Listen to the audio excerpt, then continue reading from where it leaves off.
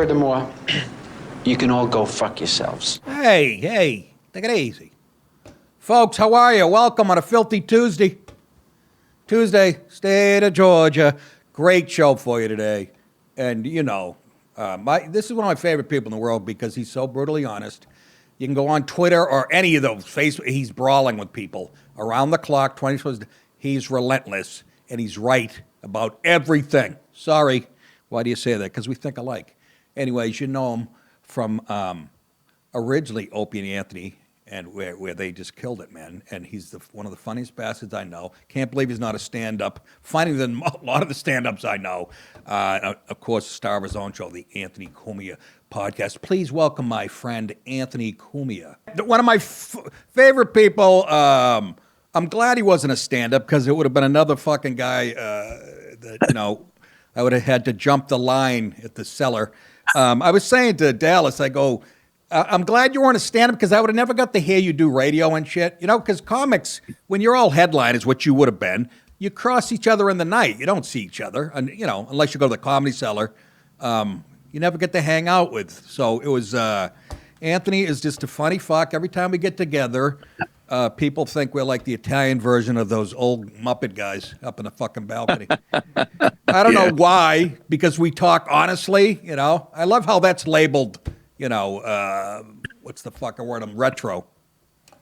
Yeah. That's the worst thing you could do is actually just speak openly and honestly about what's going on in the world. What's blatantly, by the way, in your face. You're not even making a suggestion or here's my opinion on something. You're literally stating facts that can be looked up by anybody. And that's a terrible thing. And you're hurting feelings. And it's, you know, what we do. Yeah, that's called retro. And I'm like, okay, but what you're doing now going forward, I call it absolute fucking lying and horse. There's two types of people in the world. There's honest people and there's politically correct people. That's how I break it down. If you're for all this woke shit, you're dishonest. You're phony. There's so many, the black thing right now, Anthony, Oh. I know not that I shied away from it. I can't take it anymore. I can't take, in the last week, I hear about like a black middle school, bunch of white kids being herded into a room by a bunch of black kids and making them say shit about BLM, you know, take an oath, basically. I've heard about a woman getting an argument with a black woman at a grocery store, a white woman, as she was putting her groceries in the car, and the black woman shoots her in the back. I saw a clip. This is all in the last week. I saw a clip of a student, 6'6", 270 pounds, lay out his fucking little white college-age teacher, woman.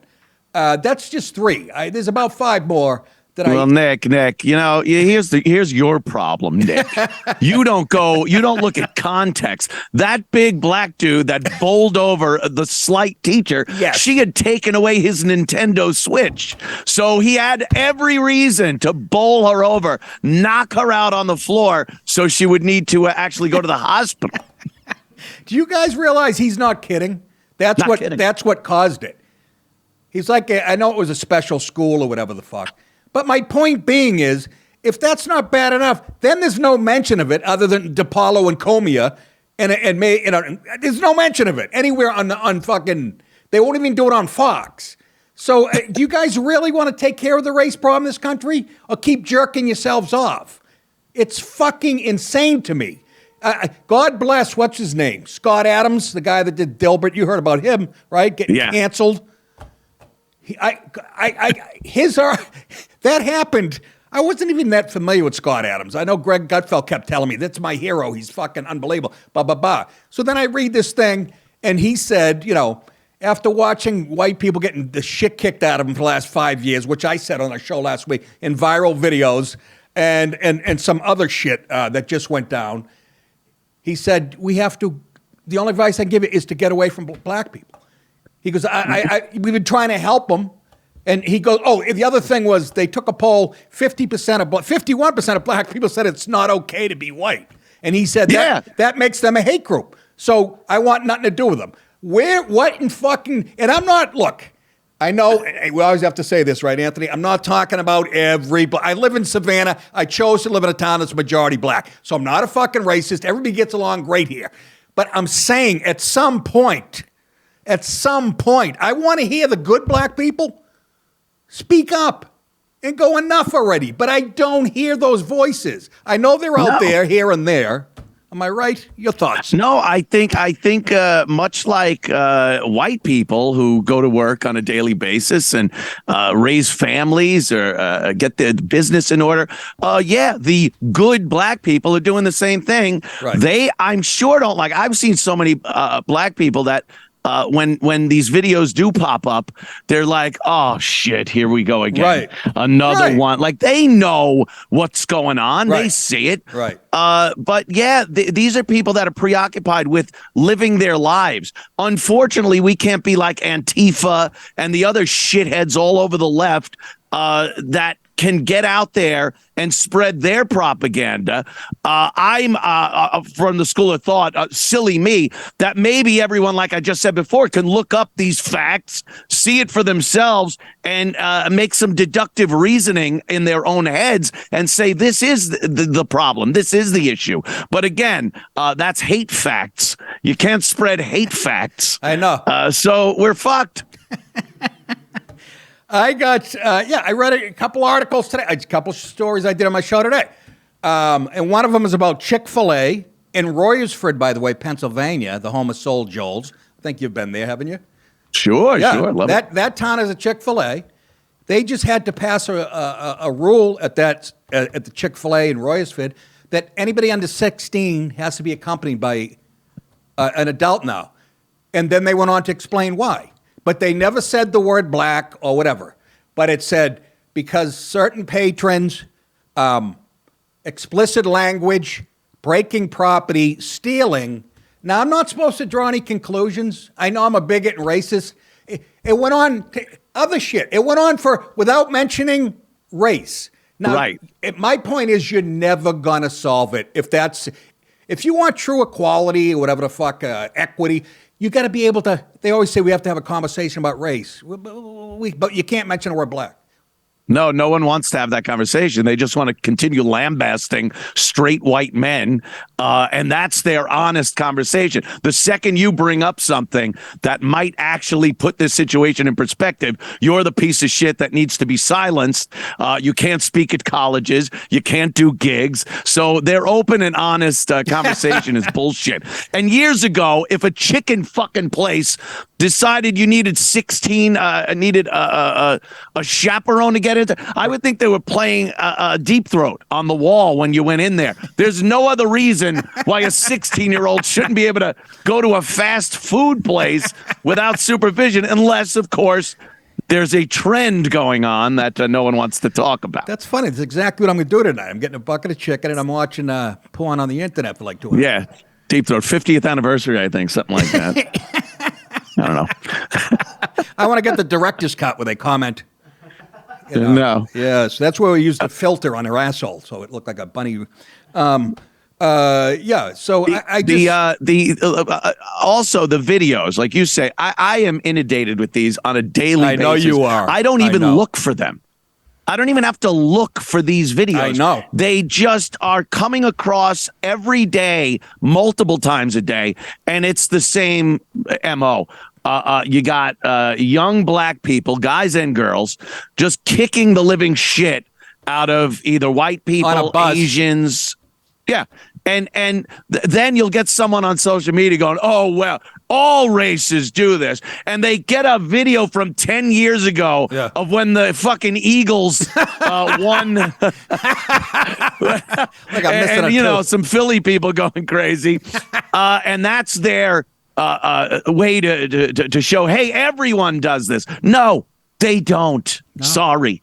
Well, for every one white kid that does that, there's, let's say, 250 non-white. I'm tired of it. I can't. They've been throwing the gas on the fire forever. And I forgot to mention the most blatant one this past week. A white kid coming home from work, like college age. She's too, again, I don't know. I'm guessing black kids. I might be wrong on this one. I don't think so. It's freezing out. It was in Michigan or Minnesota. I don't know where the fuck it was. It was freezing out, 3 degrees. So he asked them if they want to ride. They get in the car. They try to carjack him. End up shooting him to death.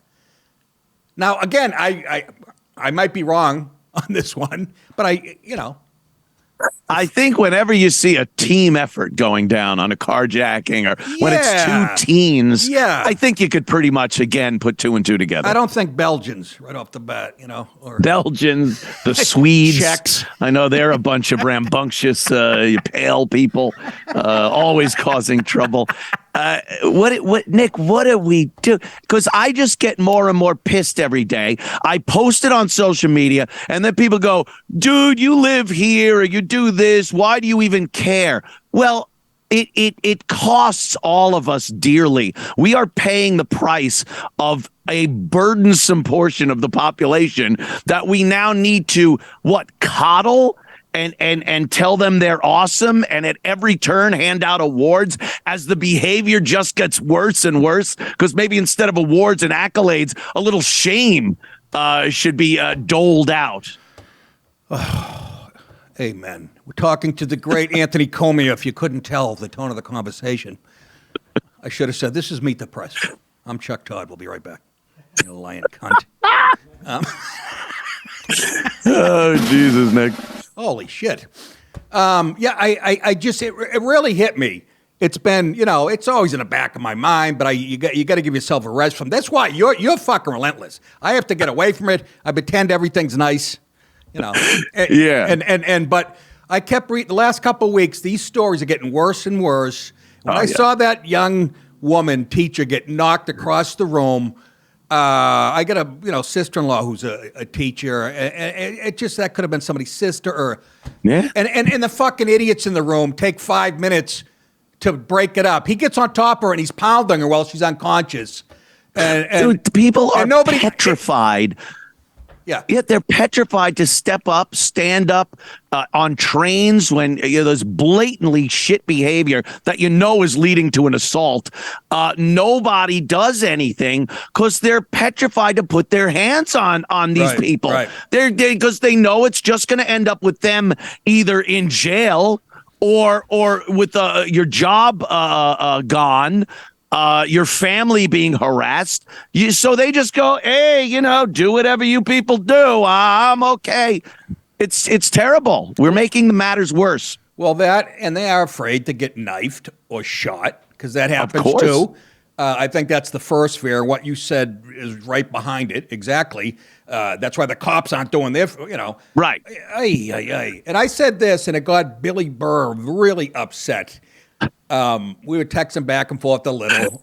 He pretends to like me. I know he hates my guts. No, he don't even pretend with me anymore.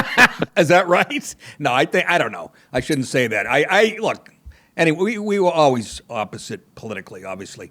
But I remember we were tweeting about something, and I said we don't need police reform. We need a reform of the black family structure. That's what needs reforming. And What's wrong with that? And he left a message on my thing saying, dude, on that one, you're astoundingly ignorant. And I just fucking, I know. My point was black illegitimacy rate is the reason for a lot of our social ills, meaning crime and poverty. I'm not the first one to say that. Fucking, again, was it Pat Moynihan in the 60s? I always confuse. Oh, God, yeah. Was it Pat Moynihan that wrote that thesis about the destruction of the black family in the late 60s? That was my only point. And people way smarter than me have said that of all races. Way darker than you have said that. It's part of the whole thing now. You talk about the clergy in the communities. They make rhymes out of it. Silence the violence, all kinds of shit. Yeah. And then you bring it up. You're a piece of shit. I know. I mean, that. Anyways, I think me and Billy like each other. Yeah. But he likes a good. He likes a good lively debate. Yes, he does. Which I love about him. And he's one of the funniest motherfuckers on the planet. Yeah. He's just. But it sort of counts. It's name calling. I'm ignorant now. It's that's when you know you got him. I wasn't making a statement, that anybody hasn't heard or hasn't read a million times. But anyways, that caught me off guard. But anyway, he's playing Fenway Park, and I'm sitting here. Yeah. You know what else God bless him. I've noticed? You know what else I've noticed, Nick, is a lot of the diversity hires that we've seen over the past few years. And I noticed this a little while ago, and it's been petrifying me. It's starting to creep into industries where it kind of people knew maybe we need the most qualified people and not just diversity hires. The aviation industry is coming apart at the seams. There are air traffic controllers that are letting planes land when other ones are taking off. There are ground crews. You saw that one black woman. She got sucked into the fucking engine after they told her, don't go in front of an engine. First of all, do you have to be told not to stand in front of a running jet fucking engine? And she stands in front of this thing. She gets pulverized going through. And again, you're seeing people that are not qualified for these jobs, and now it's part of. It's not just they're making your sandwich or coffee and something. They're flying your planes. They're maintaining your aircraft. They're getting sucked into engines. I don't like this. I know. I was on a flight. It's already implemented, this woke shit with the FAA. Because I was on a flight like 2 weeks ago to Paolo. I'm like, yo, what up, bitches? We be out there. Yo, we be out this motherfucker in about 5. Sit back, hit that pipe. I look in the cockpit. I'll holler back at you on the ground, yo. If I could say N-words, it's way funnier, but I don't know. Maybe when I walk on the plane, you walk on a plane, you take that quick look to the left to see who your flight crew is. Yes. And now I look like some bitch watching a horror movie. I look like through my fingers. I don't quite want to see, but I gotta know. I want to see the horror, but I really don't. And you see that gray hair, the old guy that flew in Iraq or something. Yes. That's great. Yeah. But when I'm seeing a pair of Jordans on the rudder pedals, I'm getting a little fucking nervous. The co-pilot's got a hoodie on. He's fucking eating a Twix. Yeah, no, I used to do a bit about that when the terrorist shit was going on right after 2000. And I said, yeah.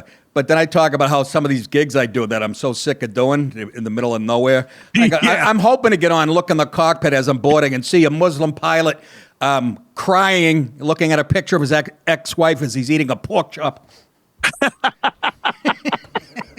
Or something like that. I can't remember my old shit. But yeah, you're probably not going to reach your destination. That video, you posted a video of you and opening up the door to your hotel room doing one of these gigs, and it was so fucking funny, Nick. I got to do more of that, huh? You hear that, Dallas?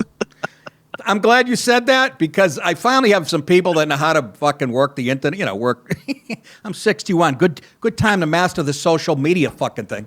Jesus Christ, I'm selling weed to fucking 11-year-old kids behind my house to make ends meet. You motherfucker. But Dallas, my producer, he comes with me now to catch those moments, and he knows what triggers me. I'm sitting there at the airport at 6 in the morning. He goes, where are you? What time is it? And then he follows me home at 11, drinks in me. I'm in Arkansas trying to open my door. I get $30 worth of food from the fucking hotel desk. Gonna clog my ass with Doritos and fucking Snickers. And you wonder why there's a touch of bitterness. But yeah, so I'm doing that. I'm glad you saw that. I'm glad to see. And people respond to that shit. You're right. Big time. Oh, they do. There's, obviously it's a place for younger people as far as viral videos go. But there are some people doing it. I watch your videos. They're hilarious. You know who else is doing fucking Dice? Dice going around telling people like, you told me are you the one that wanted the picture? Someone said you wanted a picture with me, and they don't know him from a hole in the fucking wall, and they're petrified. Some of these women run away. He's like, oh, I must have made a mistake. And it's so fucking funny. And he's sort of making fun of himself, isn't he there? Yeah, which, That's if you're Dice and you were a cool Dice character years ago, you better not try to still be doing that. Yeah. And he figured it out. He knows to make fun of himself as the older guy that was that guy. Yeah. And his videos are pretty goddamn funny. Well, you were You're relentless. We're talking to the great Anthony Cumia, by the way. Twitter handle at Compound Boss. He's no longer the bitch. Compound Boss. Are you still in that building in Manhattan? Yeah, we're still here, 35th Street, right in the Garment District, the cradle of broadcasting.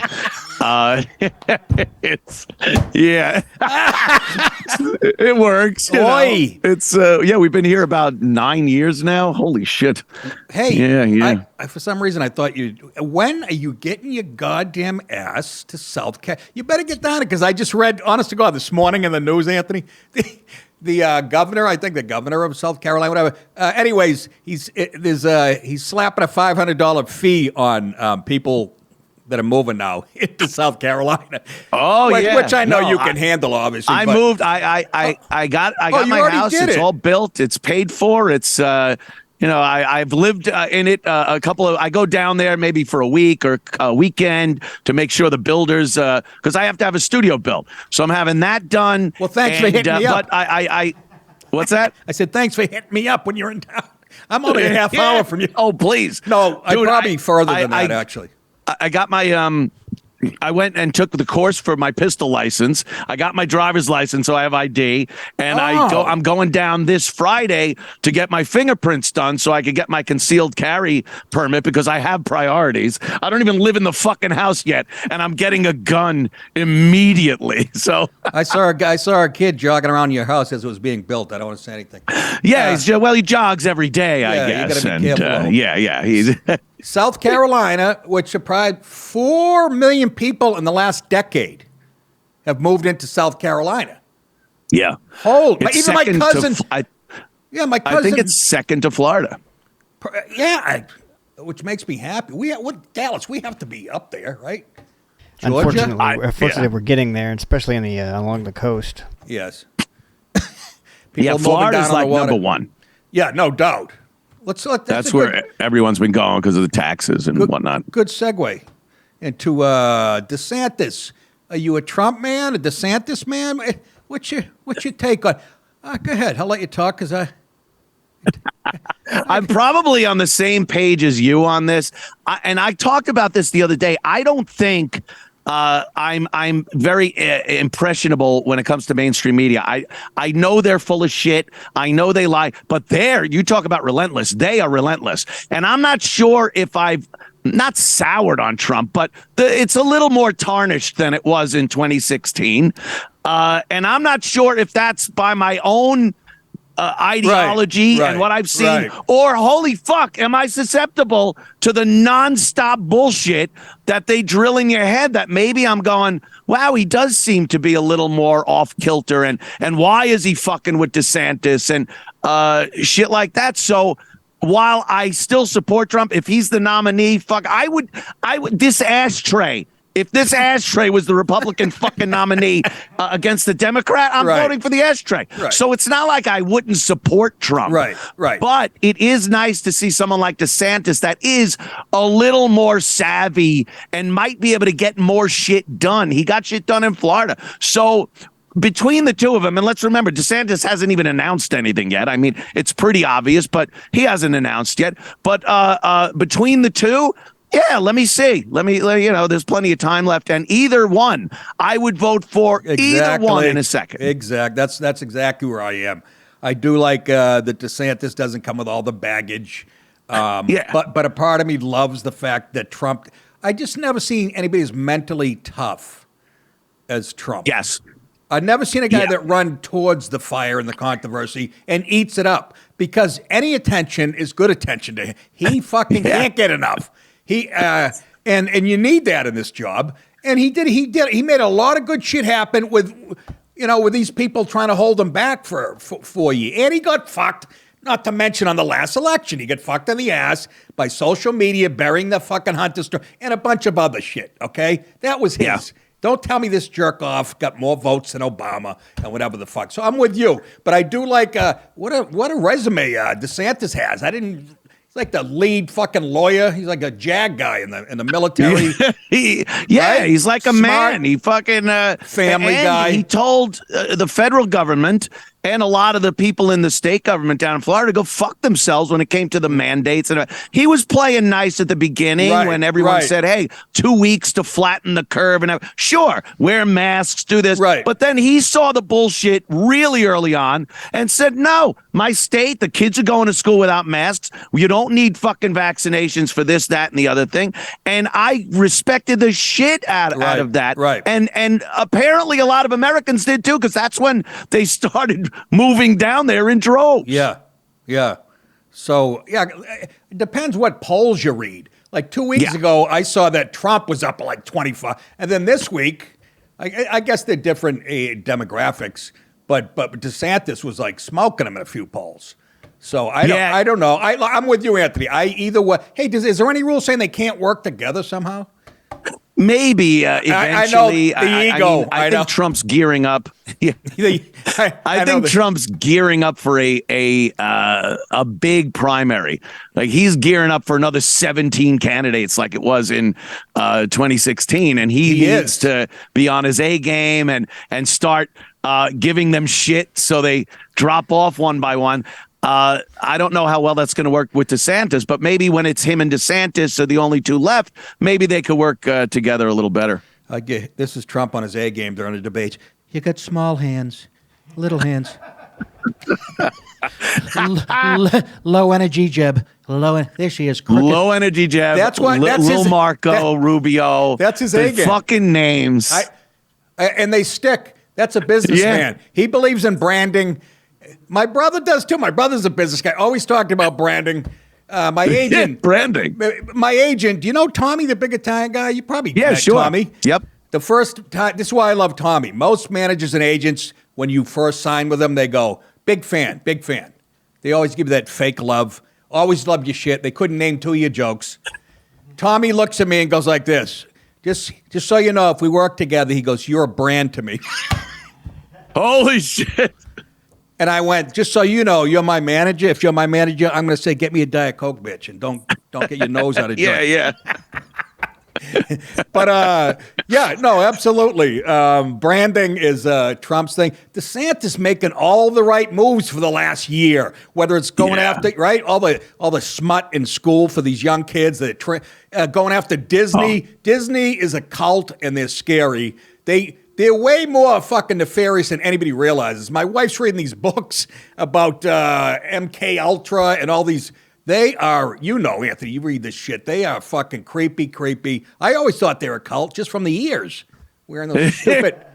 But when you see some of the shows they're putting out directed directly toward children, this isn't some kind of thing that the kids like it because it's kind of a cartoon, but there are adult stories. They're literally children's cartoons, and they might as well have just called it "Fuck White People." Just call it "Fuck White People." That's pretty much what it is. And they don't think that has a psychological effect on people. Of course it does. You are right. Disney is one of the most evil, nefarious entities in this country. And they have the eyes and ears of so many Americans, adults and kids. Their theme parks are packed. Their movies, people go see them. And they are practicing in what really amounts to mind control. Indoctrination. When you're going after young people, that's a definition of indoctrination. Get them while they're young. So why are these parents, I'm guessing these parents are already woke and brainwashed too. Why are there still lines at fucking Magic Mountain, whatever the faggy fucking ride? I've never been down there. It's a small world after. Why are the people, you can boycott them. They're very specific on how they make their money. Don't go to their movies. Don't go on their fucking stupid make-believe rides. And I think when you get an adult and a parent and their kid is screaming they just want to go to Disney, you have to make a decision. Do I come off as the shit parent that won't take my kid to Disney because of my ideology, or do I just suck it up, identify that it's evil, but go there anyway? I'm sure Satan has a great roller coaster down in hell. You got to make that choice. Michael Jackson had a Ferris wheel in his yard, so actually a good point. Yeah, exactly. My father said, "You want to go to Disney World? I'll take you to Disney." He grabbed me by my hair and he spun me around like this. Told me it was the tilt-a-whirl or some shit. Yeah, so, I mean, boycott the fucks. Anyways, I think people have had enough, and it's finally... Yeah. I've been hearing this for years, and I'm the first one to go, bullshit, it's going to get so much worse, you have no idea. I'm gonna wrap it up here, because I know you got shit to do. Good. We're talking to Anthony Cumia, by the way. But I don't know if you saw last night, because I know you're a gun guy, and before I forget, do you have a date to move down here yet or no? Why? Right when my studio's built and I could broadcast. Oh, is that down what there. you're waiting so for? All right. It's not going to be till the summer, at least. All right. I'll be on the lookout. In the meantime, don't worry about me, Nick. I'm in the lap of luxury in a shitty one-room apartment in Mineola. You told me this guy had a mansion. That's all guys need. Am I right? It's so easy. Oh my God, Anthony, I love my house, right? And thank God my wife can do everything from fucking fixing a sink to making me mentally ill. But she, I love it. It's a beautiful house. I fucking love it. But I'll go to somebody's apartment, even my buddy Dallas, I go to his apartment and I don't feel, I get nostalgic because when you're in college, you had a dorm room, then you got your own apartment when you came out of and I'm like, what? There's a TV, there's a couch, and there's a toilet. There's this. Guys are very minimal, and we don't need it. We don't need it. I came out of that, the house I had in Roslyn. It was a fucking mansion. It was huge. And I'm in this little fucking shitty apartment in Mineola, right by the train station. My high point is I'm 10 minutes from Governor's, so I could go see some comics and hang out with James and whatnot. Yeah, Levittown is like really close to fucking Mineola. So so I have a great time. And I don't really give a shit. I have a bed. I have a TV. I got my computer. I don't need a lot of shit. I know. And like I said, I'm lucky because I all I do is I pay for it basically, and maybe take out the trash. And last couple of years, I got busted doing 102. They could have thrown me in jail, but because of some COVID law down here in Georgia, they weren't putting people in jail. So they could have put me in jail. I was coming home from a gig. I backed into a cop car, a sheriff's car in West Palm Beach. Had a few drinks in me a couple weeks ago, coming home from my local bar. I hit the median strip, blew my tire out. I backed into my late great buddy's car, Greg's. This is all within the last year. I went 50-something years without a fender bender. And all of a sudden, I'm like a 90-year-old Mr. Magoo. After a few drinks, I can't do shit. But before I let you go, did you? When relatives start talking about taking your keys away. Yeah, my wife said that. She goes, "What the fuck are you doing?" And I had a spotless record, and for so many years. And they could have sent me. They could have arrested me the night I got. No shit. I've gotten over 100-mile-an-hour ticket, and they let you know. It's 2 in the morning. I could fucking arrest you right now, you jackass idiot fuck. I'm like, it's not like I ran. No, but it's fucking 2:30 in the morning. I'm in fucking. I mean, 18-wheelers are breathing down my neck. I'm doing 95, so I kick it up a notch. How about cut me a little slack? Because when you turn your lights on, I fucking pull over, and I'm not running down the street or saying, don't touch me, or I'm resisting arrest. I can't breathe. I actually fucked up. I can't breathe. Yeah, I can't breathe. Yeah. Real quickly, before I let you go. Sure. I don't know. You probably don't watch American Idol. I get a fucking kick out of it for a million reasons. I've explained this on my show a million times. It tells so much how PC this country is. It's ABC, which is Disney. It is ABC, right? I think, which is Disney. Whatever. It gets so PC. And I like some unbelievable, talented kids that live in Kentucky. They're 20 years old with a guitar that sound better than anybody I've ever heard in my life. But the point is, did you read about this today about last night?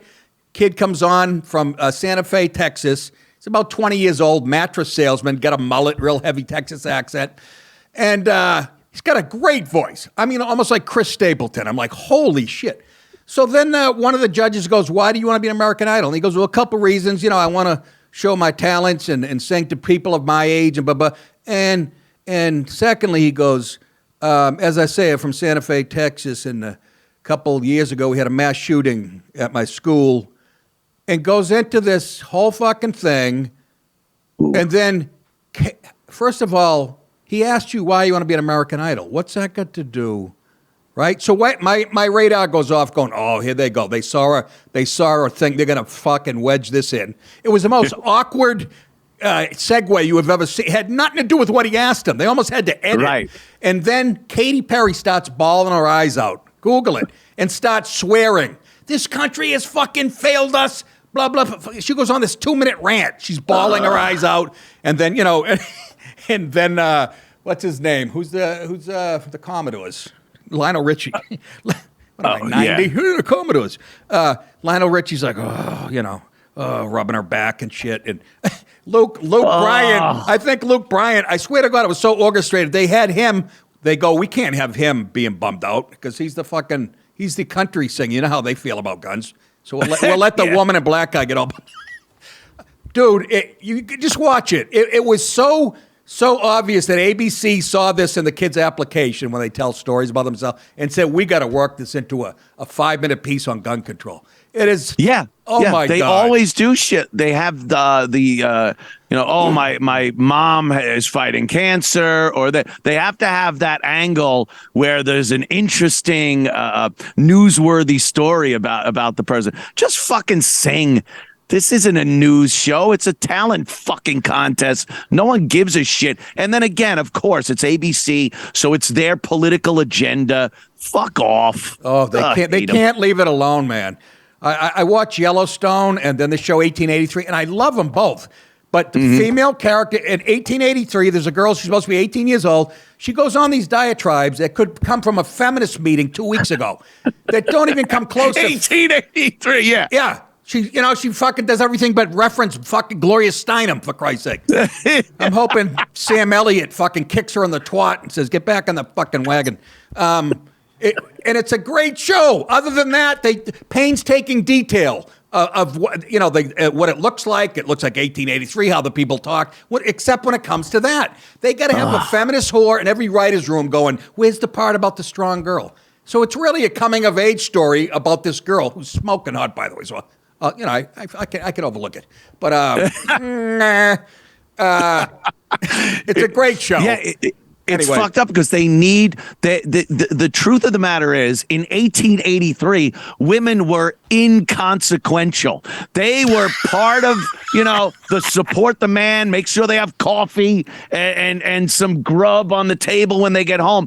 But their lives weren't this spectacular. People were listening to what they had to say and wow, what an amazing woman. It didn't happen like that. So when they show shit like that in a show that's primarily authentic, it looks so out of place and ridiculous because it is. I always say that when I'm watching with my wife and they go into one of these fucking speeches. And I go, do you understand how unrealistic? She might as well have a McDonald's Shamrock Shake in her hand during this fucking scene. How the fuck? It has nothing to do with 1883. It's fucking nothing. And I know Costner knows that, and I know they just have to put up with it. I know they know. They're smarter than that. Taylor Sheridan is brilliant, but there's I don't know why. And I said it bothered me more. I always said to Colin, the feminist thing bothers me more than the civil rights black thing. Yeah. I said because the feminists grabbed onto their coattails years ago and just rocketed past them, and they use in their playbook. And it's driving me fucking cuckoo. Yeah. They're at the center of political correctness more than the civil rights. I swear to God. But that's it. And it's great. It's great though to see the transgender people really tearing into the feminists and making them sit there all cucked. They can't do shit because then they come off as transphobic. I know. They're eating each other alive. Yeah, it's so much. It's fucking great. Anthony, I loved you, brother.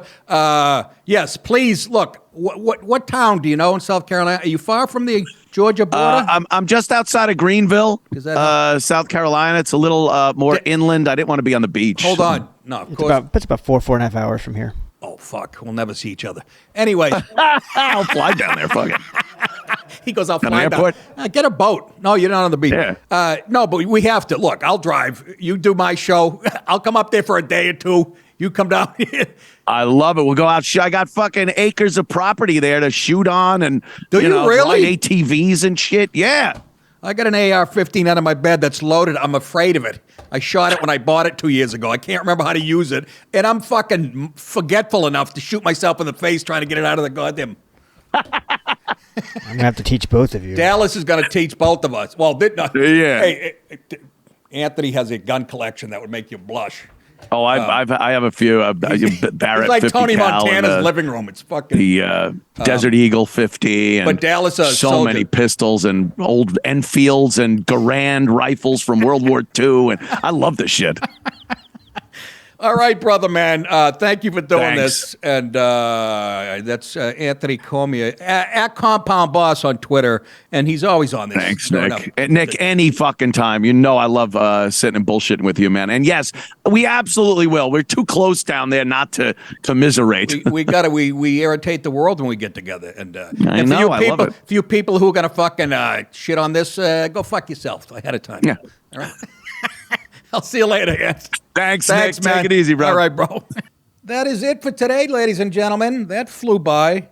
Big thanks to Anthony Cumia, who's as entertaining and funny as anybody. I can't wait for him to get down here. I have no male companionship. I don't mean it that way. Me and Dallas fuck around with each other a little bit. But you know what I'm saying. That is it. Don't forget Cameo.com. If you want me to roast a friend or relative, go to Cameo.com. I'll make a little video on my phone and we'll tear them to ribbons. Or we can be nice and say happy birthday to that broad you used to bang in South Carolina. That's it. You guys think I'll say it? You're very welcome. See you back here tomorrow. Take care, kids. Hi. Good night, everybody.